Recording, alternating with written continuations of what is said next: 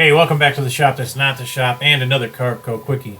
In this quickie, we're going to look at overlapping vectors and how can you get rid of them. Let's get on the computer. Alright, so you've got this simple object here and you want to do a V-carve over this whole thing. So we highlight everything. Oops, I missed one. We highlight everything and we go to V-carve. We're going to pick a tool here. We're going to use a 60-degree V-bit for this one. This is just a simulation, obviously. Let's move this over. Now, you're going to go down through, you're going to select your V-bit, you're going to not use a roughing tool or use a roughing tool. Let's put one in just for the heck of it, an 1/8 inch.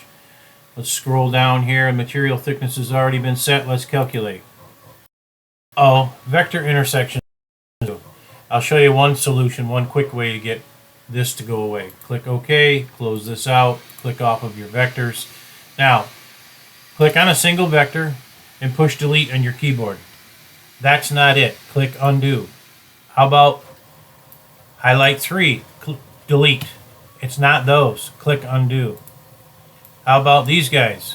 Click delete. It's not those. You get the idea. Go around to each vector and click on them and then delete them. If they disappear, they're not overlapping. But let's click on this outside border and see what happens. We click on that one, we hit delete. It didn't go away. There's your overlap. Click on it again. There's another overlap. Click on it again. Now the overlapping vectors are gone. Click undo, and let's go back to creating a V-carve toolpath,